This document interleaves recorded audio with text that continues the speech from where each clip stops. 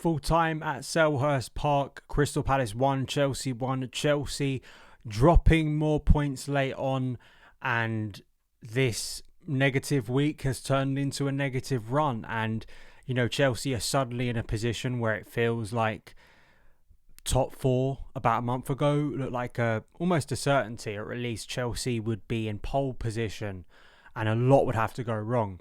A lot has gone wrong in a very short period of time.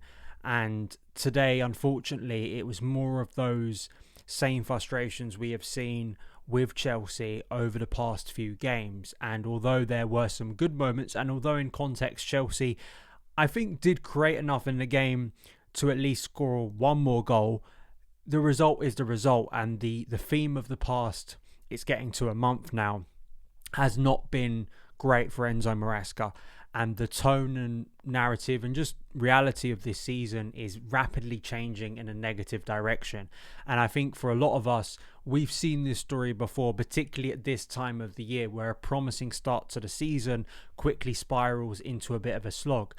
Champions League qualification is a must for Chelsea this season. I've kept on saying it. About a month ago, it didn't feel that relevant a point because where Chelsea were in the table, that kind of felt like Chelsea could get top four pretty easily. Now, of course, it's more of a conversation because our form is slipping and the teams below us, Newcastle won again today at Tottenham and Man City are now finding form again. The mood has changed and the pressure is also very different because it's at this point where, if you're Enzo Maresca and you're Chelsea, everything felt a breeze. Everything felt like it was going in a really positive mood because the expectation level at the start of the year was being eclipsed. None of us expected to be even close to the top of the Premier League. Now it's a lot different because Chelsea are dropping points and losing to teams they shouldn't. The performances are not great. There are serious questions of the head coach upcoming and kind of negative trends we're seeing on a regular basis. So that's where we are now. It's not a new position we've been in, but it's one that I think is a little bit precarious because Champions League, I say this again, and particularly because now we're into the January transfer window, and I wonder whether Chelsea are going to be a little bit shaky and move into the transfer window more so than they would have wanted to, because I do think there's just a very clear line this season. If Chelsea do not get Champions League football financially, that's the most important thing, they're not going to be in a good position. And I think it would be a massive risk to walk into the rest of this campaign without acting. Even though about a month ago, I think most of us would have looked at the squad and go, let's keep it moving. But at the moment, do you really want to take that risk? So the starting lineup, I was very happy. I think the biggest positive today was seeing a start for Josh Achimpong, not at right back, instead at centre back alongside Levi Colwill. I felt that was quite a notable change by Enzo Maresca, and is one I do credit him for, because although as an 18-year-old there were a few sloppy passes, there's going to be a learning curve for a player that young. I think it's a real positive sign that he has looked at his options and said, even with a player that could play right back, I'm not impressed with my centre backs. Let's move a young player here. He's been in the first team squad. I'm playing him and starting him as a centre back. I'd like to see this continue until at least the centre back situation is maybe resolved in a more concrete way, because I don't think Josh Achimpong, he made some actually big interceptions in this game that won't kind of be looked upon because we drew the game in the end, but I think he acquitted himself pretty decently. But obviously in attack there were big questions over how much Maresca was going to shake it up, and he really didn't. I mean, Palmer is number 10, Neto, Sancho, Jackson. It's a combination we've seen a number of times this year. And to be fair, the team started really, really well. The combinations between Sancho, Cucurella and Palmer down that left, especially Sancho, it seemed like for a lot of the first half was clicking into gear in a big way. And the move that led to Chelsea's early opener for Cole Palmer was exquisite. It was wonderful. The way Sancho let the ball roll past him, turned the defender, makes the run in behind, very much assesses when to make the pass into the 6-yard box, and Palmer can't finish, as we know, starting the year off strongly. And Chelsea had big chances in that first half. They had big chances even in the second half, and unfortunately I think the biggest culprit of Chelsea's failings in the final third is undeniably Nicholas Jackson, who is now in a really big rut, compared to where he was a month ago, because although he was missing chances before, he was at least putting some away.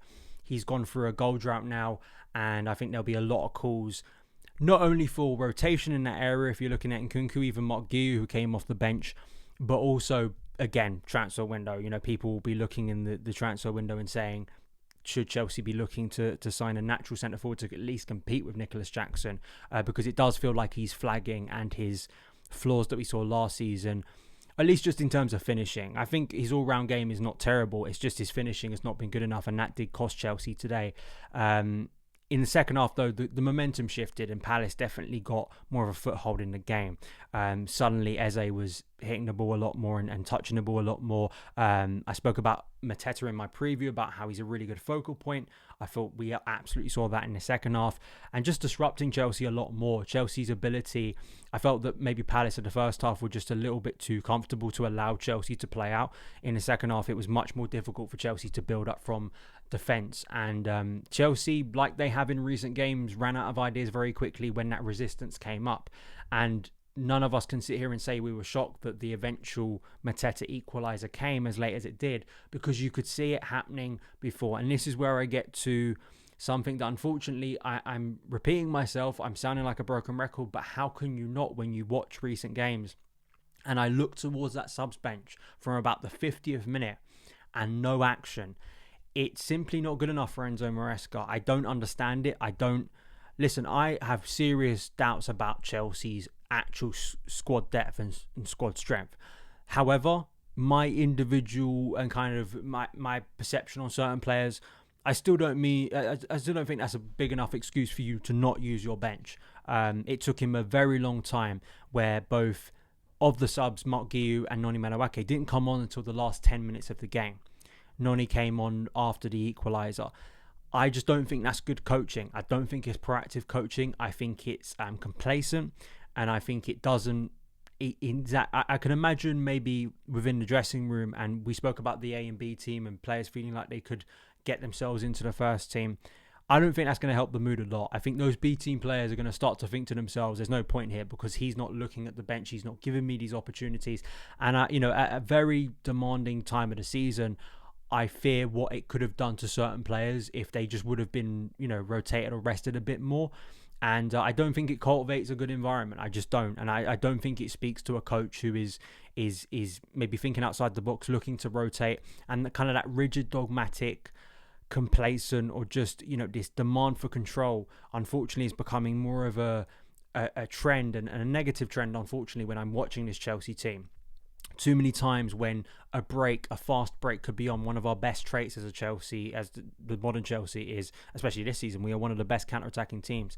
And the amount of times I see either Sanchez halt his ability to play that ball out, or certain players stop running. And I know, because I've been there at Stamford Bridge and I watched Maresca ask his players to calm down.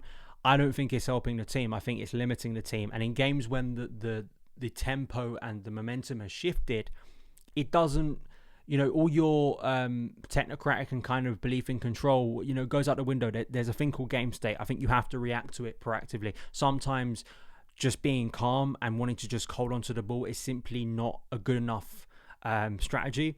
Sometimes actually going for the juggler and trying to expose the opposition actually might be the better alternative, because it seemed like in recent games, especially Fulham and this one, Chelsea have just been sitting ducks waiting for the opposition to finally score, hoping they don't. And that's simply not good enough. We didn't have a good enough outlet, and we can talk about individuals not being good enough. Nicholas Jackson, Sancho kind of going missing in the second half, Neto not being good enough. I think Palmer obviously had a really bad hand in the equaliser, the eventual equaliser. We can then look at, tracking back Malo Gusto. I don't think,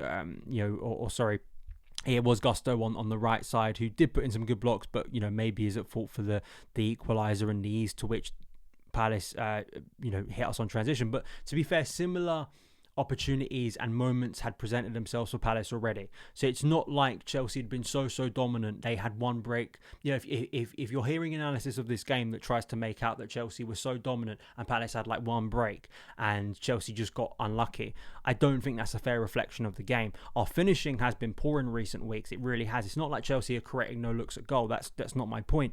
I think it's a combination of player failure and coaching failure, which I always think is a nuanced way you have to look at football, right? And just like when it's praise for the coach, praise for the players. It has to be nuanced. But I think Maresca, when you don't make subs, when you aren't proactive, when you have a guy like Nkunku on the bench, when you have Reece James on the bench, who's apparently fit enough to be on the bench, even, I'm not his biggest fan, but Joao Felix, I think you always are asking yourself for trouble if the game doesn't pan out well for Chelsea, because it's easy for me, it's easy for a lot of us to turn around and go, well, you weren't proactive enough. You didn't stem the tide of the problems that were occurring and mounting over the course of the game. I think generally my big concern is just Chelsea we're riding the crest of a wave, and momentum when it's good is really infectious. Winning's infectious, and you felt like there was very little Maresca could do wrong. It's flipped the other way now, and this is where I think the bulk of the Chelsea job, at least in modern times, is really revealing about a head coach, because we've seen, Maresca is not the first one at this kind of time of the season to start struggling with results, to start struggling with injury, performances level dropping, and suddenly being in that slog for Champions League qualification. There are two big things here. How does Maresca react to it? How does he adapt? How does he not let what has happened to previous head coaches, but also maybe not let what happened at Leicester, where it turned a little bit sour midway through the season. I also wonder, sporting directors and Chelsea's transfer business, how willing are Chelsea to push out the boat to maybe rectify some of the errors they made in the transfer window during the summer? Because, I don't think it's good not making a lot of subs, but then also I think it's a reflection on your inability and just your belief that you don't really trust the backup options. Why does he not trust the backup options? And, does that speak to Chelsea's flaws in the summer window, their failures to do certain things in the summer window to give Maresca better options at this point of the year? Will they be rectified this year? I think that's the big conversation. There's still a long way to go in this season. And no one should be using the C word, the word that gets associated so much with Chelsea when things start to go wrong.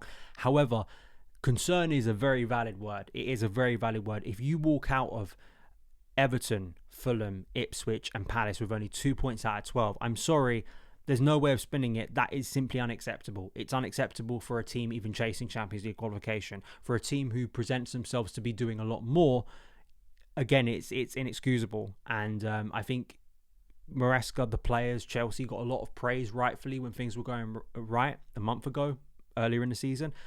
You've got to take it on the chin now when criticism starts to come your way, because I think it's very valid criticism. I think people are very reasonable to turn around and go, in front of our eyes, these have not been good performances, or at least there have been signs that have been building up for a while, and is Maresca doing everything in his power to rectify those? And just generally in the club, are they doing enough to rectify them as well? So those are my thoughts on today's game. Let me know yours in the comments below, and I will see you again very soon. All the best.